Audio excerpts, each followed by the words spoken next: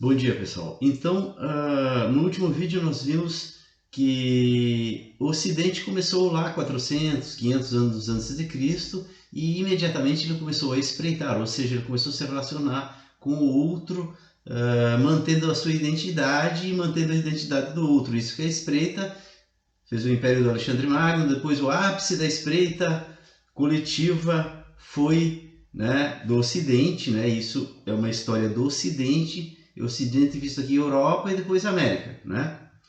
E o ápice da espreita foi a Pax Romana. E quando surgiu o ápice da espreita, ele começou a decair corroído por dentro pelo intento, que era a segunda atividade que começa aquele que está no caminho do conhecimento, certo? Aquele que está aprendendo, é um caminho prático. E então surgiu o intento, que é o que? Essa busca de alguma coisa lá no futuro, buscando. Realizar os seus desejos de vida, né? De vida em abundância. E isso foi a emergência do cristianismo dentro do Ocidente, que formou inclusive o Ocidente, né? É uma das bases do Ocidente, o cristianismo. Então vamos olhar um pouquinho para Jesus. Quem foi Jesus, certo? No meu primeiro livro eu abordo um pouco isso, mas no próximo eu vou abordar com mais profundidade, e na parte que eu abordo isso é um capítulo que se chama O Evangelho segundo João Batista, que o João Batista, no caso, sou eu, né?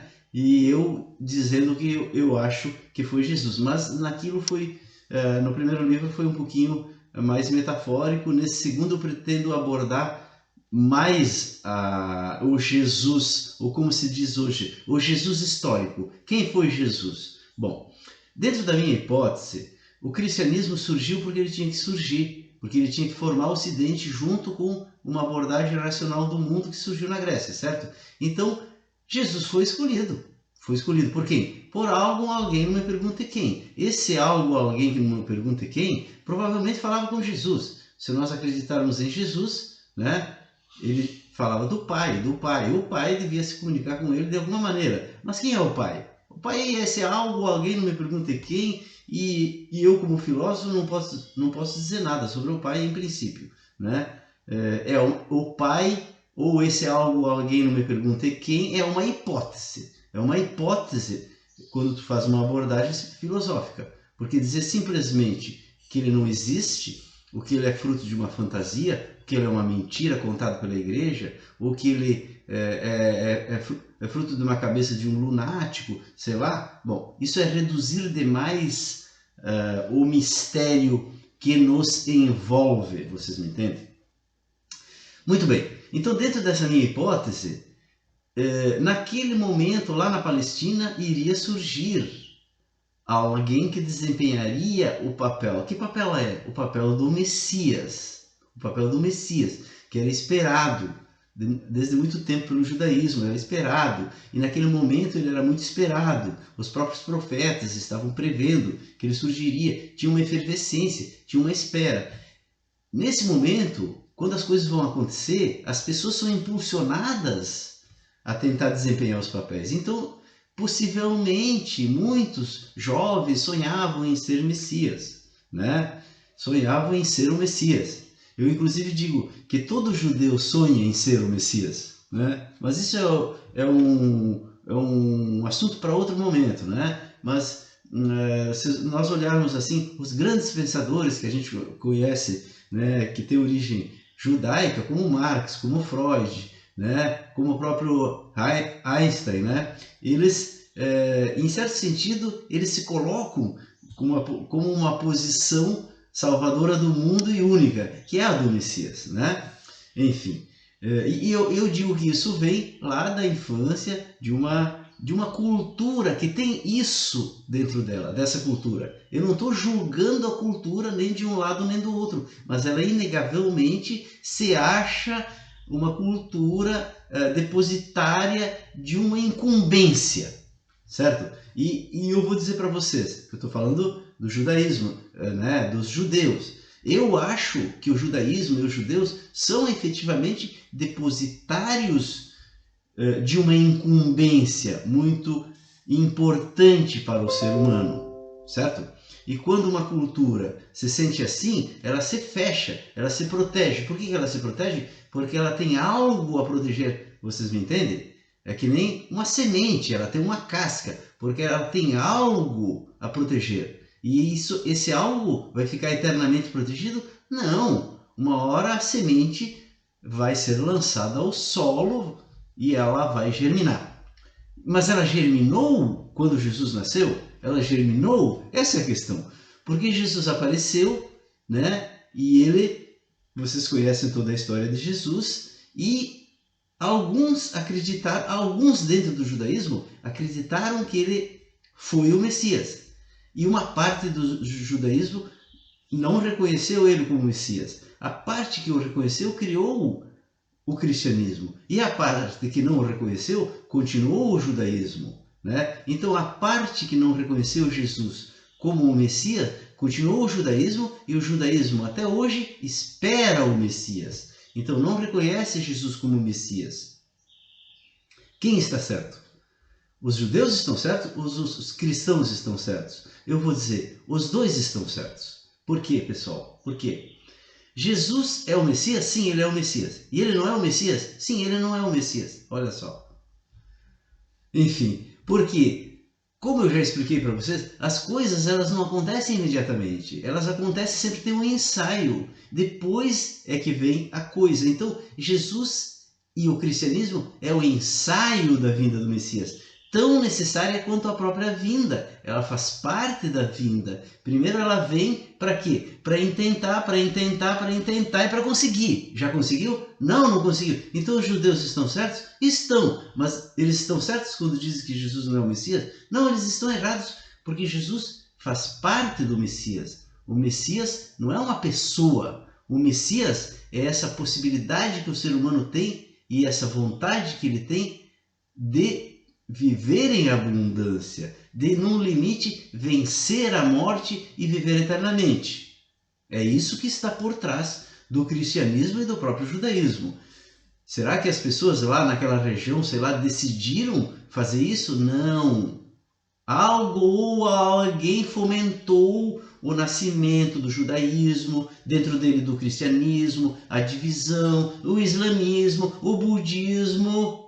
Essa é a minha hipótese, né? E nós decidimos até hoje nada, porque nós somos ignorantes em relação à sede onde emana esses comandos que nos conduzem. E a gente nasce e é inserido dentro de uma cultura, e no máximo que a gente pode fazer é contestar a cultura. Mas a gente contesta a cultura, mas está dentro da própria cultura, porque nós somos presos de um mundo, que é o mundo que nos recebeu. A única maneira que nos recebeu quando nós nascemos, certo? A única maneira do ser humano ser livre é ele tirar a coberta sobre a sede desses comandos. Vocês me entendem? Então Jesus está inserido nisso. Será que Jesus era um Deus? Bom, ele era filho de Deus? Vamos dizer assim.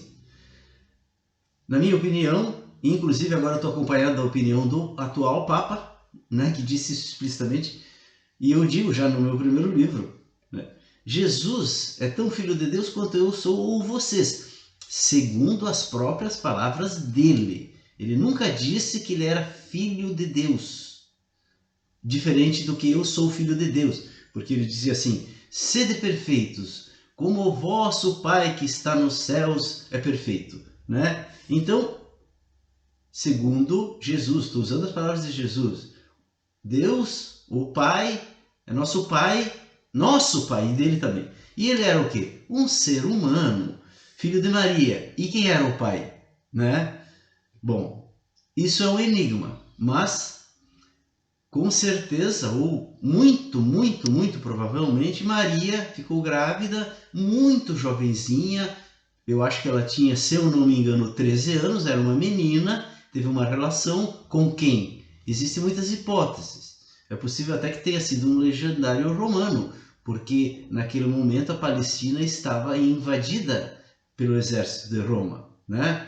E é possível, né, um jovem, né, do exército e uma menina judia muito linda, que ela era, porque as mulheres naquela região são realmente lindas, né, e tiveram como acontece uma atração, como acontece até hoje, tiveram uma relação, ela ficou grávida. O que acontece? Pode não ter sido um legionário, pode ter sido inclusive um sumo sacerdote, um rabino que não pôde assumir, ou um homem casado, nós não sabemos, certo? O que acontece? Dentro da cultura judaica, pelo menos daquele tempo, se uma mulher aparecesse grávida, um homem tinha que assumir. Se um homem assumisse, bom, as pessoas ficavam falando, a boca pequena, mas enfim, na frente dos outros mantinha-se a aparência, certo? Mas se não aparecesse alguém, ela seria apedrejada. Veja, isso é uma maneira quase como um sentido evolutivo. Se a mulher é bonita, alguém aparece. Se ela não é, elimina. Que é a visão do judaísmo anterior a Cristo, era essa. Era aquilo que eu chamo assim de primeira natureza. Um aleijado mata porque ele é deixa ele morrer, não acolhe. Por quê? Porque dentro da visão ele foi amaldiçoado por Deus, por isso que ele é aleijado, né? Porque isso é a primeira natureza. Os mais fortes seguem, os mais fracos são eliminados. Jesus, justamente, a facção que surgiu ali diz assim, não, acolhe o leproso, acolhe o aleijado, acolhe aquele que não consegue sozinho, ajuda ele, certo? Essa era uma das grandes discussões entre Jesus e os fariseus.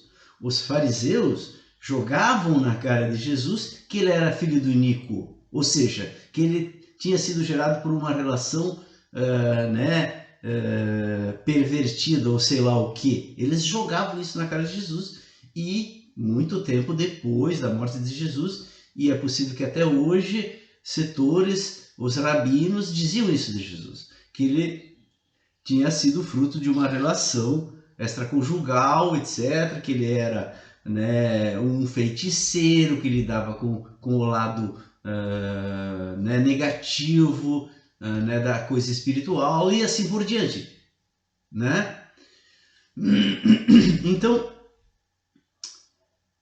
digamos diante disso, será que o fato digamos que Jesus seja meramente um homem, digamos que ele foi fruto de uma relação